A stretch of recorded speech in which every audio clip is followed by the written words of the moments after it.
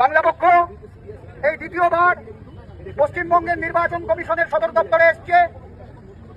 আপনারা সকলেই জানেন যে বাংলা পক্ষ এসআইআর প্রক্রিয়ার বিরোধিতা করেনি। প্রথম থেকে বাংলা পক্ষ এসআইআর প্রক্রিয়ার স্বচ্ছতা চেয়েছিল, কিন্তু স্বচ্ছতার নাম করে ভারতের নির্বাচন কমিশন বাঙালি বিদ্বেষী রাজনৈতিক দল বিজেপি সাথে নিয়ে তারা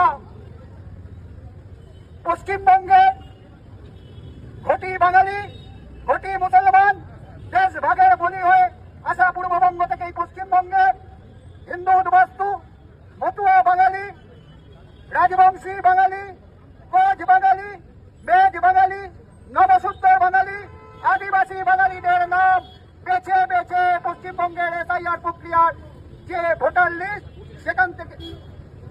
সেখান থেকে তারা বাদ দিতে চাইছে। তাই একটা কথা